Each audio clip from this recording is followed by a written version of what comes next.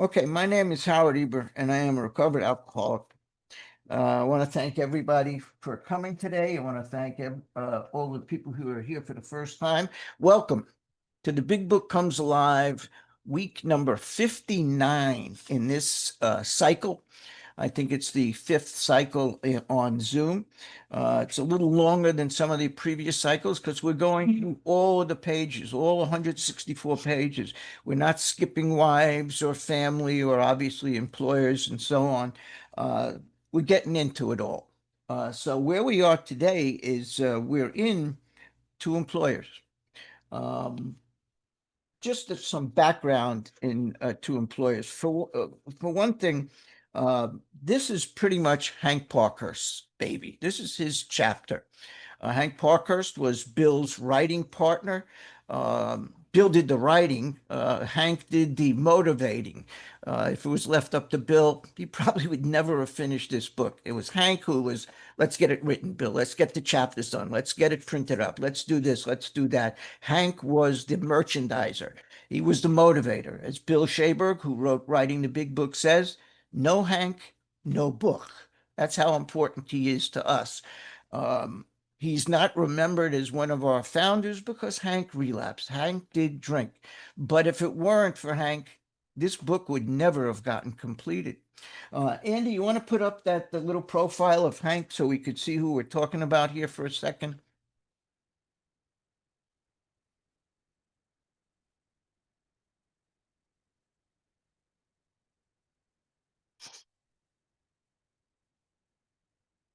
There we go. That's Hank. His story is entitled The Unbeliever. As in the first edition, it was removed because he relapsed, as I said. He wrote the chapter to employers because of the two of them, Bill and him, he's the only one who ever had employees. He worked for Standard Oil, and as he said at the beginning of this chapter, at one point he had 6,600 employees under him. He left and formed the Honors Dealers, and that's where Bill did most of his writing. And this was the first successful case that Bill worked with at Towns Hospital. He's considered AA number 6 in New York. And he used to come to Bill's house with his wife at the time, Kathleen, on Tuesday night for their meetings, the drunk squad of the Oxford group. You could take that down. Uh, I'm going to read to you a couple of things, a couple of excerpts from Writing the Big Book. And Bert, I'm probably around page 393, 4, 5. I'm jumping around, but it's some just statements about this chapter. Uh, this is Hank's chapter, and it's because of his passionate commitment to his pet theory that large corporations would be more receptive to this solution than to anyone else. And the reason why I felt that way is I spend thousands of dollars investing in and training a man, and then are obliged to toss him onto the scrap heap because he has an alcohol problem. The key point here in this chapter, and Bill and Hank expresses it, Bill rewrote it, is that in addition to any altruistic considerations, it just made good business sense to invest in the man's recovery rather than firing this once valuable employee as an incorrigible drunk and irredeemable liability. Wouldn't it make better sense, better business sense, for the company to help him turn his life around and once again become a valuable asset for the corporation? Now, Hank took a writing course right before the book was written, and he had a kind of an artistic style in his story, The Unbeliever. If you have the book Experience, Strength, and Hope, his story is just about the first one in here. It's called The Unbeliever, and it's written in a stream of consciousness, a real artsy fartsy kind of way. I'll give you an example. I'll read to you the first paragraph from here. Dull, dot, dot, dot, listless, dot, dot, dot, semi-comatose, dot, dot, dot. I lay on my bed in a famous hospital for alcoholics. Death or worse had been my sentence. And it continues writing, dot, dot, dot, pacing. It's real artsy. And the problem with that is Bill was afraid he was going to write to employers the same way. So Bill told him, and Hank realized he would not be experimenting with his more flamboyant techniques that he had learned at this school, but Hank's normal prose could be as torturous as any other kind of experimentation. So Bill had set out that he was going to be the final arbiter of how the material appeared in this chapter. He was going to rewrite all of Hank's suggestions. He was going to follow the kind of outline, if you will, that Hank had written, but he was going to put it in the same language as the rest of the book, so it just blends in with everything. And in writing the big book, Bill Shaberg points out, he says, it would be interesting and perhaps important to know exactly when this decision to abandon Hank's format for the book was made. But unfortunately, there's no mention of that decision in any contemporary document or in any later writings or comments by the participants. So they don't know what went down with the changes, but Bill's decision was to rewrite it. And we're going to run into a place this evening where we'll talk about what was written and how it changed and why it changed. So today, let's just start. The chapter begins to employers on page 136. And I want to just show you. The paragraph begins by saying, among many employers nowadays, we think of one member who spent most of his life in the world of big business. He's hired and fired hundreds of men. He knows the alcoholic as the employer sees him. His present views ought to prove exceptionally useful to businessmen everywhere. Now, the original in the first edition, that's worded a little bit differently because Hank's story was included in the first edition. And this is the way it read in the first edition. He said, one of our friends, whose gripping story you have read, has spent most of his life in the world of big business. That sentence, that reference about the story you've read, was eliminated because the story was eliminated. And where we are today is we're on page 144. And on the previous page, Hank or Bill had mentioned that the employer has to understand that the employee sent away to rehab has to go a complete change of character. On page 143 in the middle, paragraph 1 says, if your man accepts your offer, which is to send him away for treatment, it should be pointed out that physical treatment, detox, is only a small part of the picture.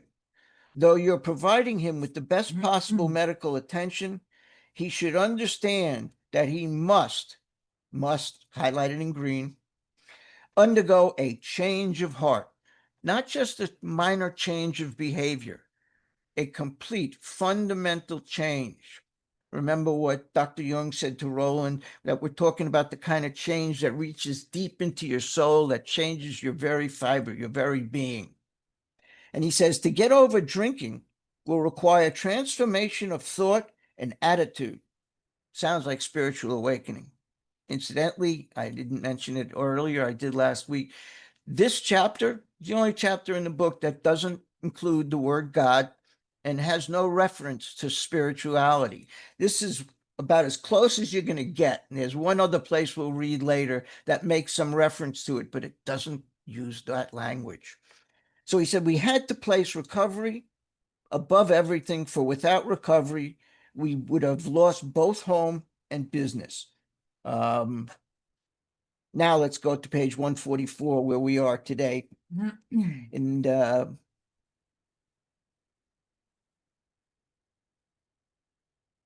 I'm sorry, let's go to the bottom of 143, the last two lines. I want to read the last paragraph that we read last week. I'm sorry.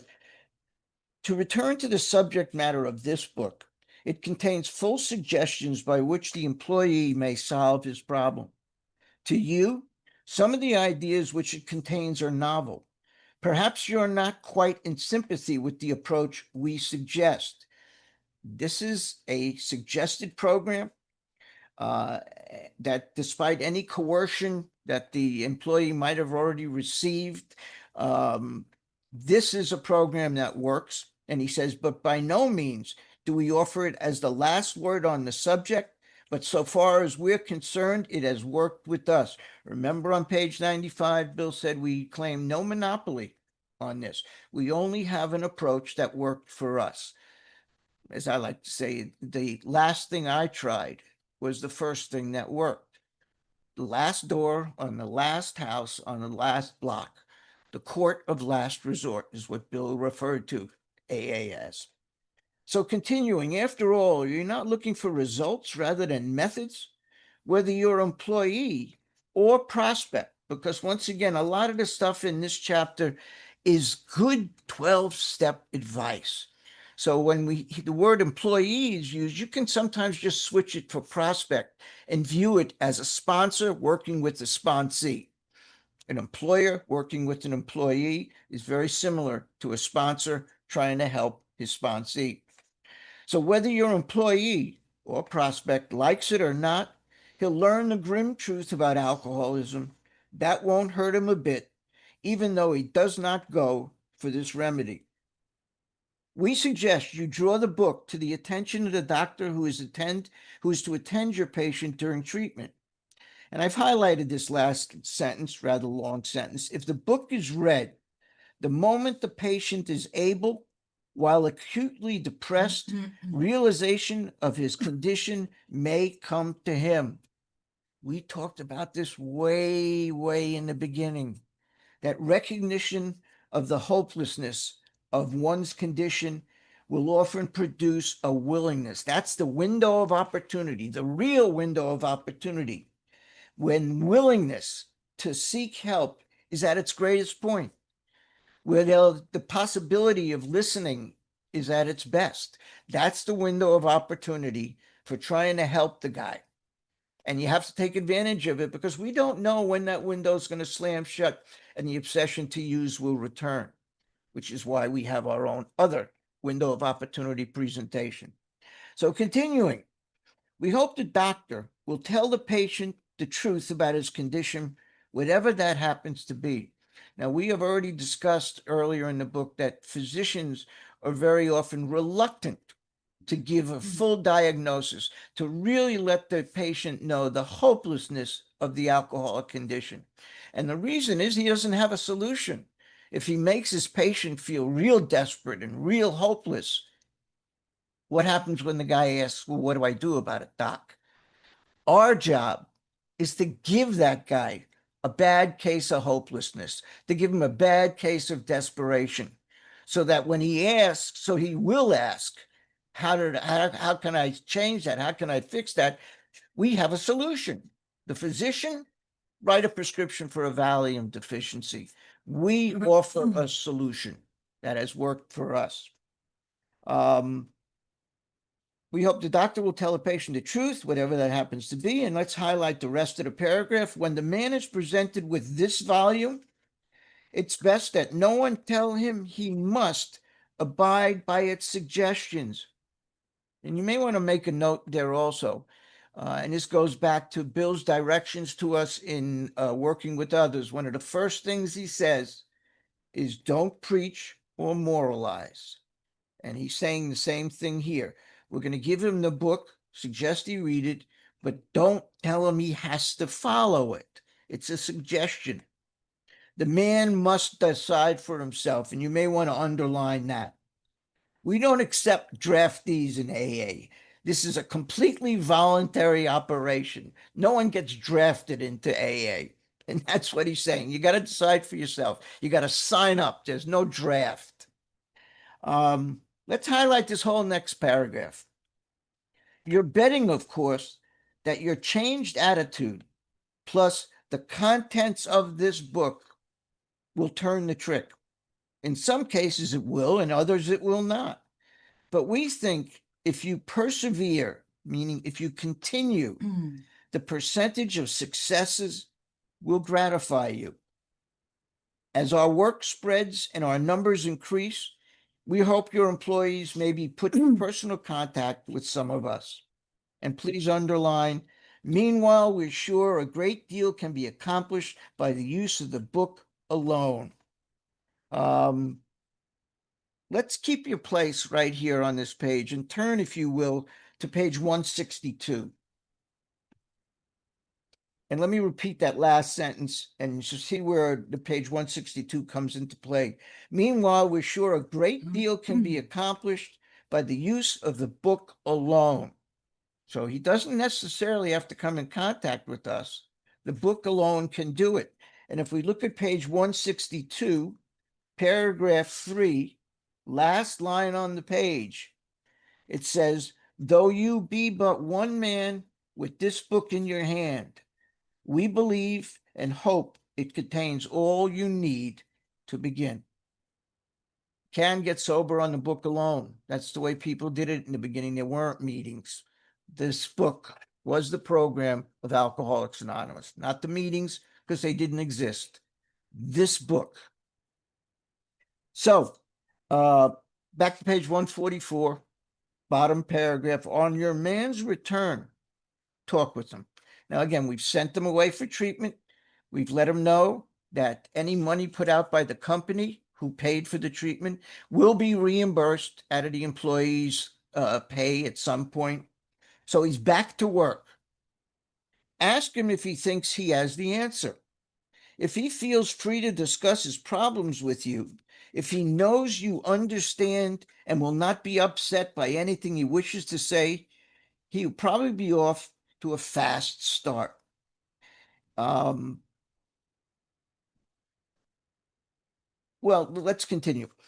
In this connection, can you remain undisturbed if the man proceeds to tell you shocking things? Let's highlight that. If you remain undisturbed if the man proceeds to tell you shocking things, he's going to be introduced to a process, an inventory process, an amends process that's going to require great honesty and great candor. And the employer is being told, don't be shocked at what you may hear, because if he's really working his program, there's a lot of honesty that's going to come out, and it may affect the way you look at that person. So he may, for example, reveal he's padded his expense account, or he's planned to take your best customers away from you. And let's highlight this phrase in pink. In fact, he may also say almost anything if he's accepted our solution. Let me read that again. He may say almost anything if he has accepted our solution. That's a promise. If he's accepted our solution, he's going to be telling you things that you don't know, that you may be shocked to hear. Accepted our solution, which, as you know, demands rigorous honesty. You may want to underline demands rigorous honesty. Can you charge this off as you would a bad account and start fresh with him? If he owes you money, you may wish to make terms. If there's amends that need to be made, he's just saying make them. Agree to make them. If he speaks of his home situation, you can undoubtedly make helpful suggestions. And let's highlight the rest of the paragraph. Can he talk frankly with you so long as he does not bear business tales or criticize his associates? With this kind of employee, such an attitude will command undying loyalty. So he's going to talk honestly, and you want to have him comfortable enough to speak freely to you, as long as he doesn't tell you tales about business and criticize other people. In other words, I think that's just saying he may take advantage of this relationship, this new relationship of honesty that he has with you. So beware of that he may be using that and leveraging that to get even with somebody at work and so on. Although if he's working his program, that won't happen. Continuing, please highlight this first sentence. The greatest enemies of us alcoholics are resentment, let's underline that, jealousy, let's underline that, envy, let's underline that, frustration, underline that, and fear. Couple of things. First, it's interesting, it's ironic, I find. considering Hank's history, that he makes this statement, because what led Hank to his first relapse was resentment. The young lady who was hired to take Bill's notes and type them up, Ruth Hawk, was not married. Hank was. And Hank started to hit on Ruth Hawk, and she didn't know what to do about it. So she asked Bill, probably not the best person to go to for marital advice, but she did. And Bill said, stay away from Hank. He's a married man. It could only end in pain and suffering for somebody. So she did. And Hank found out about it. And rather than putting a fourth step or a 10th step to work and dealing with his resentment, he went out. He drank over his resentment. So he's telling us something that he probably should have paid attention to, that the greatest enemies of alcoholics are resentment, jealousy, envy, frustration, and fear. Let me break that down a bit. If we take those words and apply them to the steps, I think our third step might alleviate some of the feelings of frustration. So above frustration, I've written third step. Our fourth step teaches us how to deal with resentment and fear. So above resentment and fear, I've written fourth step. And we begin to find relief from jealousy and envy in steps 7 and 6. So above frustration and above jealousy and envy, I've written steps 6 and 7. It's just applying the steps to what he says is the biggest problem.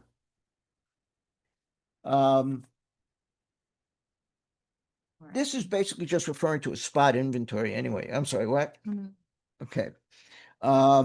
So continuing, wherever men are gathered together in business, there will be rivalries, and arising out of these, a certain amount of office politics. Please highlight and underline this sentence. Sometimes we alcoholics have an idea that people are trying to pull us down. This is a disease of perception. And there are 4 ideas that I believe alcoholics have that relate to that. He says, sometimes we feel that people are trying to pull us down. Well, what are the 4 things that we think? 1, people are out to get me, right? People are just out to get me. What's the second one? My genius is not appreciated. Any of this sound familiar? Right? People are out to get me and nobody appreciates my genius. Number 3, I've been mistreated. Poor me. I'm the victim, constantly the victim. And number 4, the big kahuna, nobody understands me. Nobody understands me. Those are the big 4 things.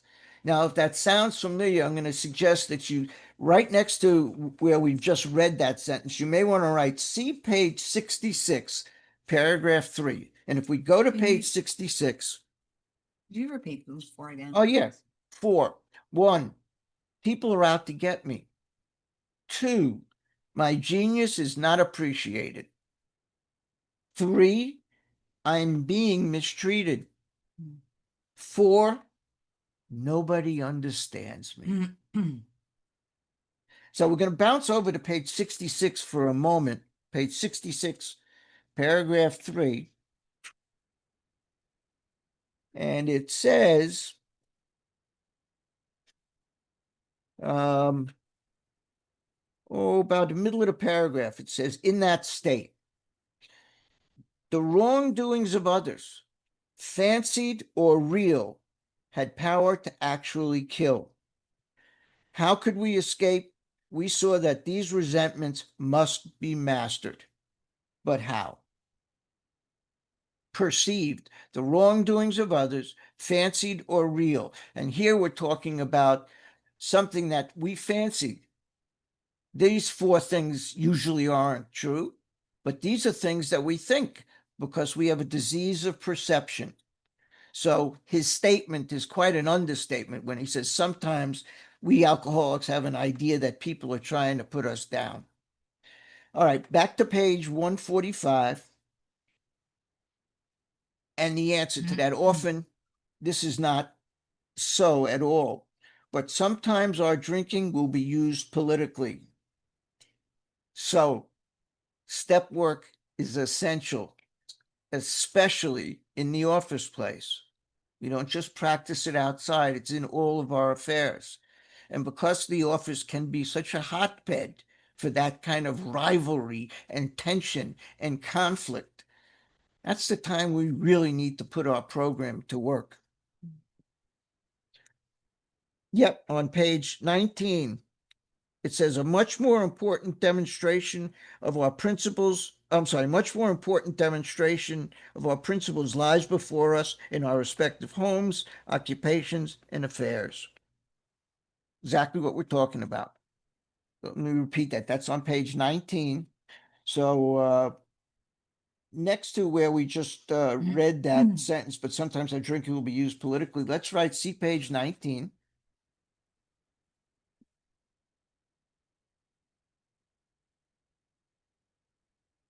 Paragraph 1 that begins with none of us make a sole vocation. We go down 4 lines. A much more important demonstration of our principles lies in our respective homes, offices, occupations, and affairs. In other words, in every area of our life. Occupations and affairs at work, especially at work. Boy, I don't miss that since I retired. I do not miss living in that. I used to tell my guys all the time in sales meetings that we live in a goldfish bowl. You know, you got to be mindful of what you're doing because you're always being watched and judged by somebody. So It's that third part of step 12, practicing these principles Yeah. in all our affairs. Yep. Part 3, step 12, practice these Hard. principles. And we're going to get into that after we do this chapter. We're going to talk about practicing the principles. Where do you find the directions for the third part of the 12th step? They're here. It just doesn't say here are the directions. We need to carefully read the chapters that follow working with others. And that's what we're going to do. But back to this page.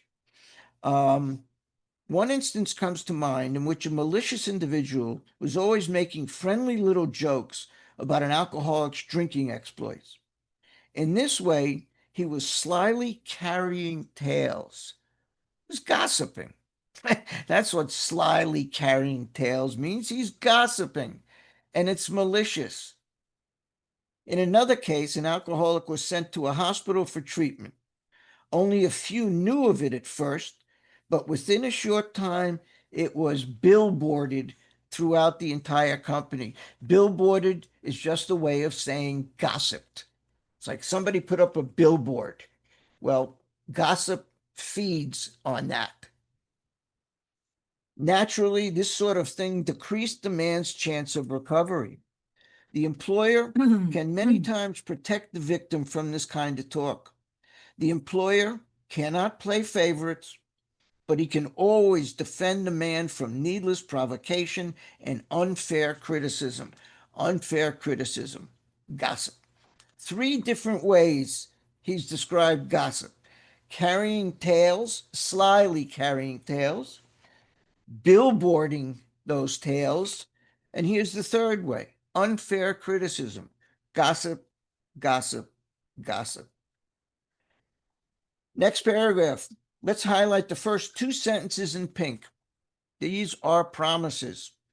As a class, alcoholics are energetic people. They work hard and play hard. Your man should be on his mettle to make good. Being somewhat weakened, and let's, if you wouldn't mind, highlighting or underlining those 3 words, and then we're going to link it up with something later on the page. Let me just finish the sentence. Being somewhat weakened and faced with physical and mental readjustment, to a life which knows no alcohol, he may overdo. And there's the other part of the sentence. So if we write being somewhat weakened, that's underlined. And then underlined, he may overdo. You may want to draw an arrow between those two things. For the guy who says that, I really don't know what I want. I think what they're saying is they want more. They want more of everything. We overdo. And we can overdo in recovery as well. And we're weakened. So he's just pointing out, be careful. One of the things that you only hear from alcoholics is the expression, I was obsessing about it a little bit. I mean, how do you obsess about something a little bit? Well, maybe that's 1 hour of the day and the rest is Yeah. preoccupied with something else. But this is But like something we hear a lot in the rooms. A lot of people throw themselves into work. Yep. It becomes a thing. It does. Yep. So basically, as alcoholics and addicts, we all know we love instant gratification. We look for instant gratification. But what doesn't always get brought up is we also want constant gratification.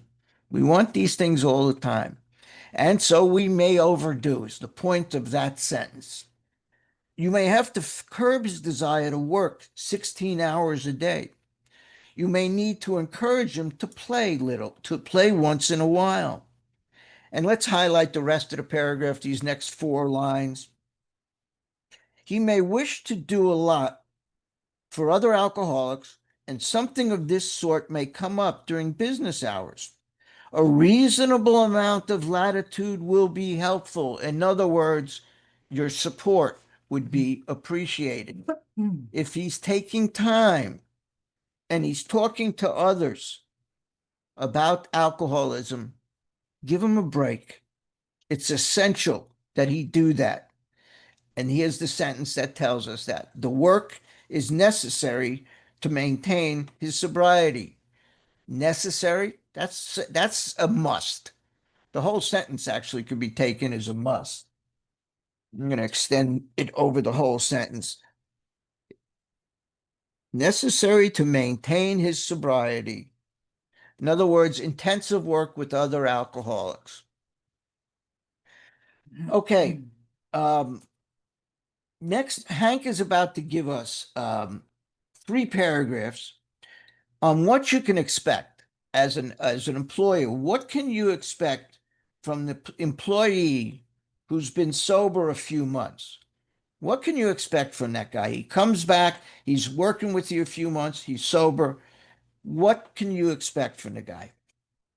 After a man has gone along without drinking for a few months, let's underline this phrase. You may be able to make use of his services with other employees who are giving you the alcoholic runaround. In other words, first thing you can do is include him in conversations with other problem drinkers within the organization.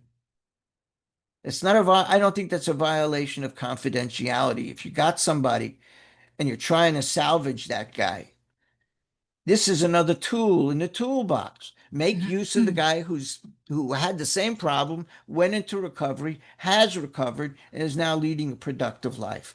Involve him in the conversation. Boy, the prospect will be resentful. There's a Yep. first name for step 4. I think so. That's the first name in that. You're right. And provided, of course, they are willing to have a third party in the picture.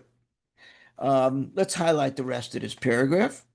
An alcoholic who has recovered, and we highlight recovered in orange for those people who say you're not supposed to say recovered. Well, it's in the title of our book and it appears everywhere else through the book. An alcoholic who has recovered but holds a relatively unimportant job can talk to a man with a better position. Being on a radically different basis of life. Let's underline that phrase, a radically different basis of life. And I'll tell you why in a second.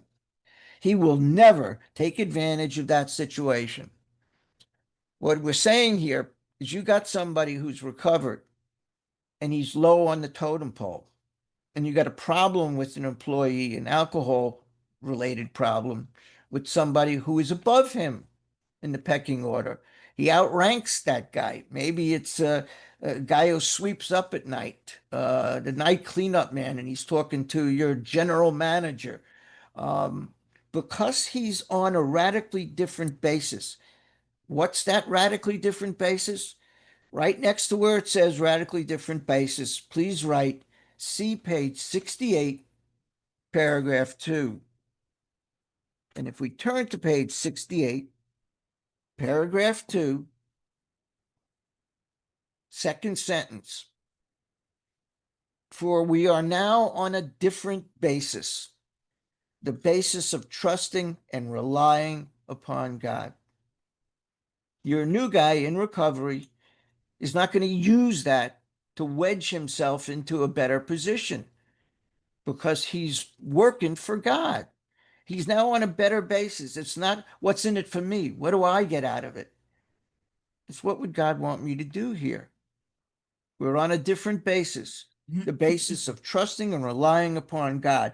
That is what I meant a few minutes ago when I said there's another reference to God and spirituality, and that's as close as it comes in this chapter. I said there's nowhere where he says God or nowhere where he talks about spirituality, but he makes reference to it. We're on a different footing. Page 146, bottom paragraph. Your man may be trusted. I've highlighted that and underlined the word may. May.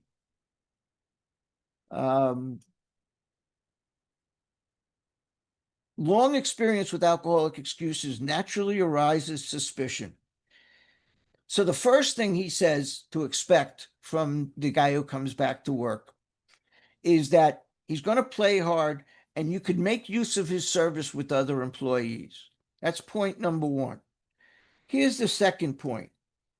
It's critical that you completely trust this recovered employee and not be suspicious when he calls in sick one day, because inevitably he's going to do that. Don't jump to conclusions immediately that he's drinking again. He may be trusted. Let's underline this next sentence. When his wife next calls saying he's sick, you may jump to the conclusion he's drunk. So if he calls in sick, he's probably sick. Give him a break. He can be trusted. If the wife calls in, there's probably a problem there. Just learn to differentiate the two. If he is and is still trying to recover, he will tell you about it, even if it means the loss of his job. So if the wife called in and said he's sick because he's drinking, if the guy is really working the program and wants to recover and get back on track, the chances are he will tell you. Give him an opportunity. For he knows he must, here's another must, be honest if he would live at all, not just not drink. We need to be honest in order to just survive in life. He will appreciate nothing. He will appreciate knowing you're not bothering your head about him, that you are not suspicious, nor are you trying to run his life, so he will be shielded from temptation to drink. Remember, we were told way at the beginning of the book, trying to shield the alcoholic from alcohol will always fail. Even sending him to the polar ice cap, he's going to find a bottle somewhere.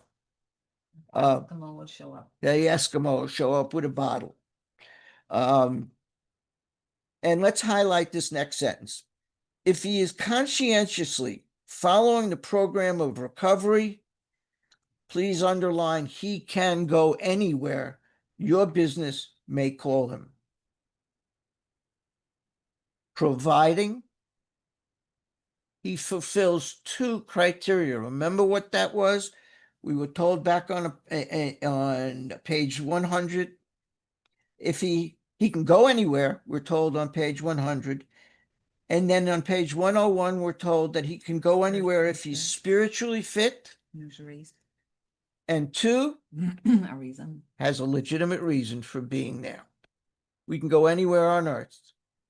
It says it on page, like I said, on page 100 and 101 and 102, all through those pages, that we can go anywhere, provided we are spiritually fit and have a legitimate reason for being there.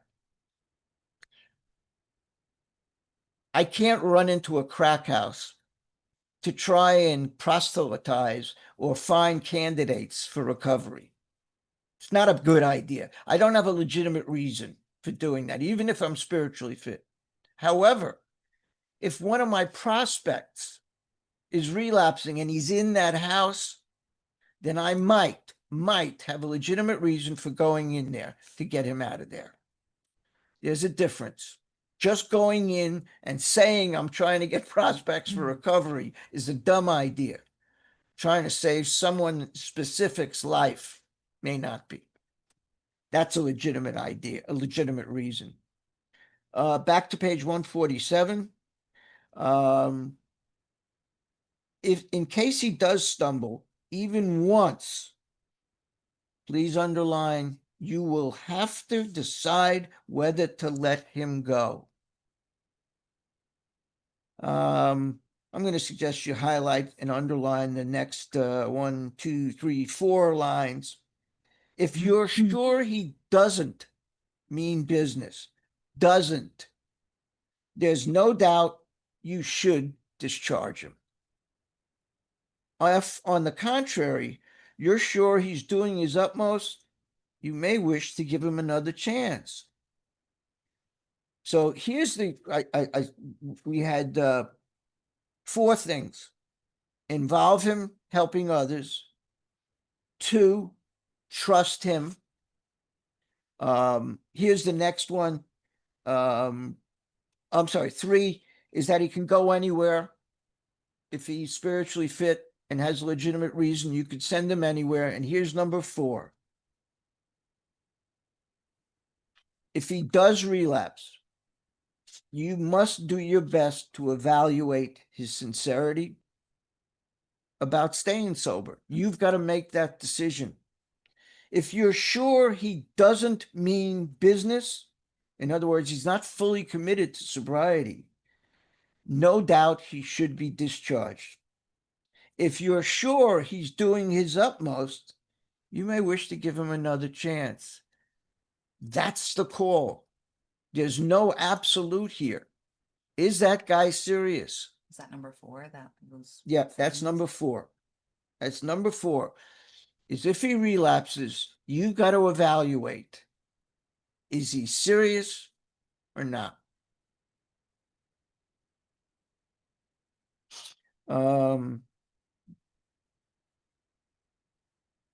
But you should feel under no obligation to keep him on, for your obligation has been well discharged already.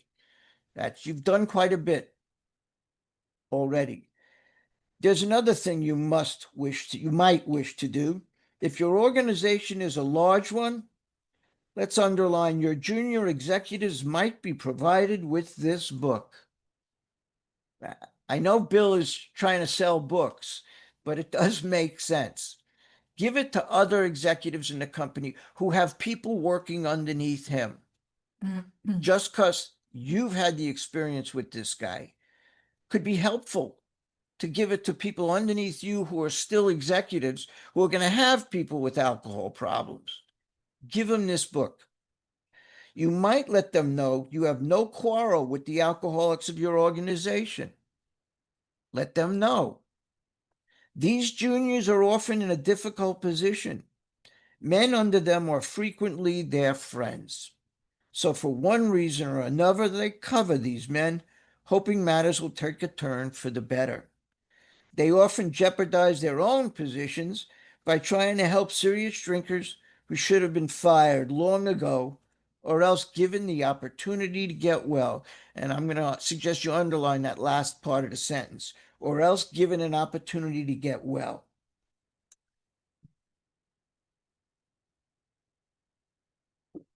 Okay. After reading this book, a junior executive can go to such a man and say this. Look here, Ed. Huh? Look here, Ed. Look here, Ed. Yeah. Hank is now going to kind of expound on his theories about how the work of recovery should be fruitfully pursued within a large company. Junior executives should read this book and feel free to go to their drinking friends within the company and say the following. Look here, Ed. Look here, Ed. Do you want to stop drinking or not? Incidentally, this is all highlighted. Look here, Ed. Do you want to stop drinking or not? You put me on the spot every time you get drunk. Again, this is the junior executive talking to his employee who has an alcohol problem, who is his friend, and he's trying to protect him. And this is Hank's suggestion about how to fruitfully pursue this in a large company. You put me on the spot every time you drink. It isn't fair to me or the firm. I've been learning something about alcoholism. Remember, we gave him the book. If you're an alcoholic, you're a mighty sick man. Not judging you to be bad, weak, immoral. I understand you're a sick man. You act like one. The firm wants to help you get over it, and if you're interested, and let's over highlight this in pink because it's a promise, there is a way out. If you take it, your past will be forgiven, and the fact that you went away for treatment will not be mentioned.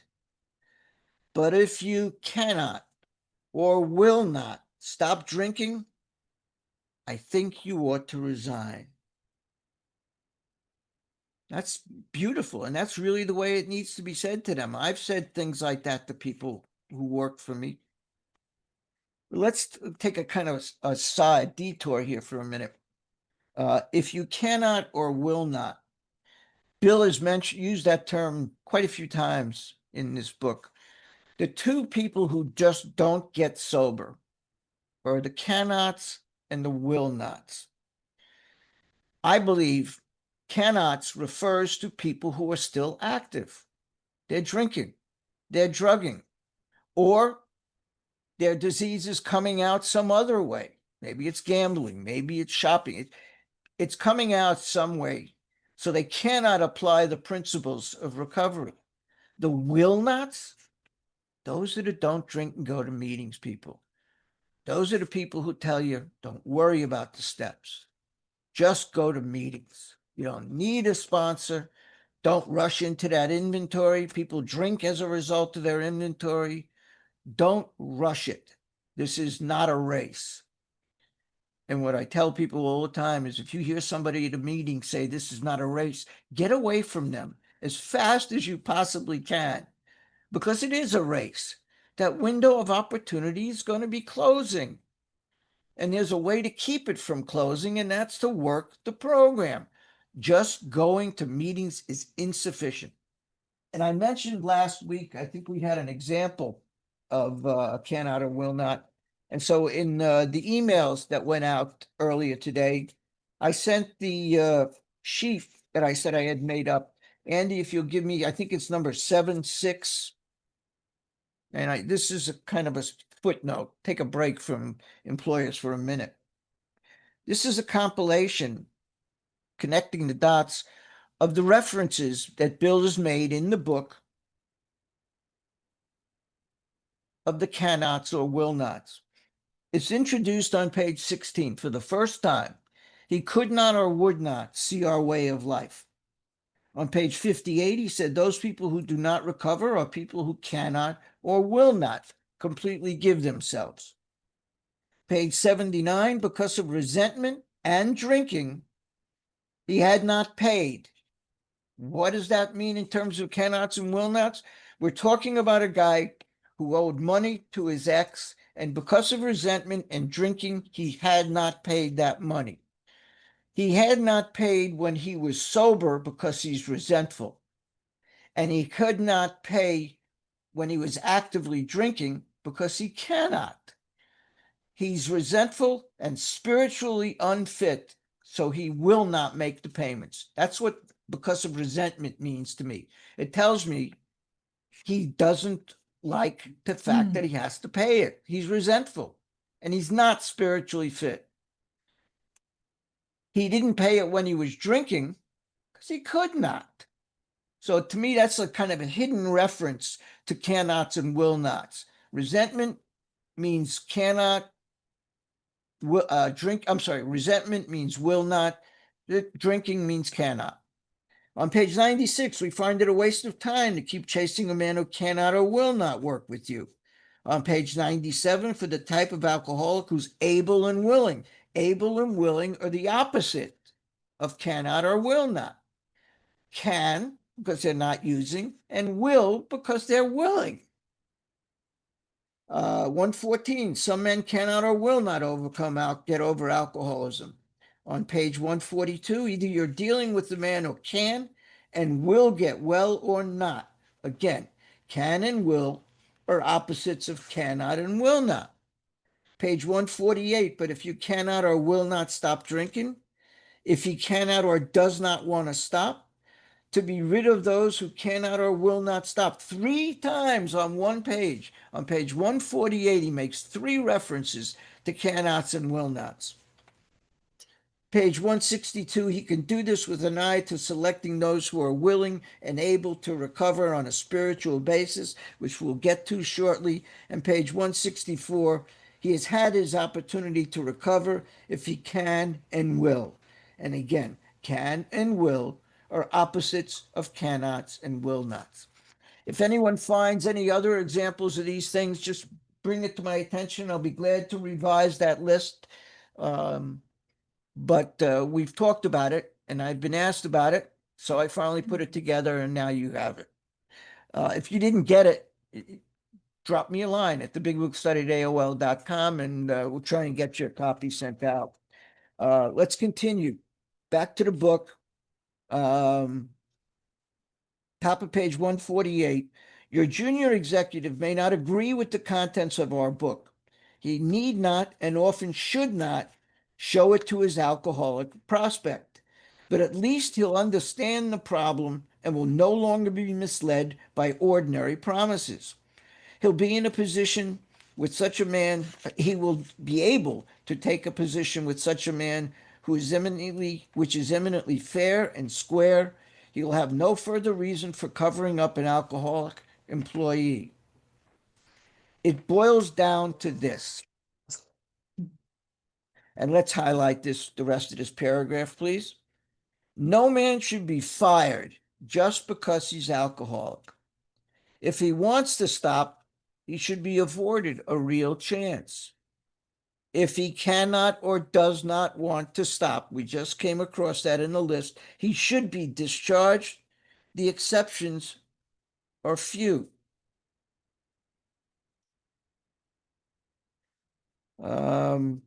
We think this method of approach will accomplish several things. It'll permit the rehabilitation of good men. At the same time, you'll feel no reluctance to rid yourself of those who cannot or will not. Did I put that in there? Cannot or will not. Yeah, okay. I just want to make sure I included that. Alcoholism may be causing your organization considerable damage and its waste of time, men, and reputation. We hope our suggestions will help you plug up this sometimes serious leak. And let's underline the rest of this sentence. We think we are sensible when we urge that you stop this waste and give your worthwhile man a chance. He's just, I believe, saying we don't expect you to become basically missionaries. We know you're businessman, and that's tough enough. But we urge you to stop the waste of time of investing in an employee and firing him because he's got a health problem. Give your worthwhile man a chance. And Hank's point, once again, doing so is just good business decisions. You put money into the guy. He's worth it. The other day, The other day, an approach was made to the vice president of a large industrial concern. He remarked, "I'm mighty glad you fellas got over your drinking. And please underline, but the policy of this company is not to interfere with the habits of his employees." Um, just a side note here. Um, he's telling us, he's advising caution, I think, against being one of those guys who prefers to deny that there is a problem rather than dealing with it. Some people choose to act as if there is no problem, right? Remember earlier in the chapter, he was talking to a vice president who, quote, said, quote, "We don't have an alcoholic problem here. We don't have an alcohol problem here." And he was saying that to somebody who was telling him about the alcohol problem. But that's what he's urging here is don't shut that out. He remarked, "I'm mighty glad you fellas got over your drinking, but the policy of this company is not to interfere with the habits of our employees. If a man drinks so much that his job suffers, we fire him. I don't see how you can be of any help to us, for as you see, we don't have any alcoholic problem." Yeah. If you fire everybody that has an alcohol problem, you won't have an alcoholic problem. The same company spends millions for research every year. Their cost of production is figured down to a fine decimal point. They have recreational facilities. They have company insurance. There's a real interest, both humanitarian and business, in the well-being of employees. But alcoholism, they just don't believe they have it at all. Denial. Denial. I'm going to stop there. We're going to have to finish the rest of it next week. There's a section I want to go over with you that was totally deleted from the book that occurs right about here. But we'll talk about that next week. And then we're going to get into practicing these principles, finding out where in those chapters, wives and family and so on, those little gems for how to practice those principles in all of our affairs occur. So let's stop the recording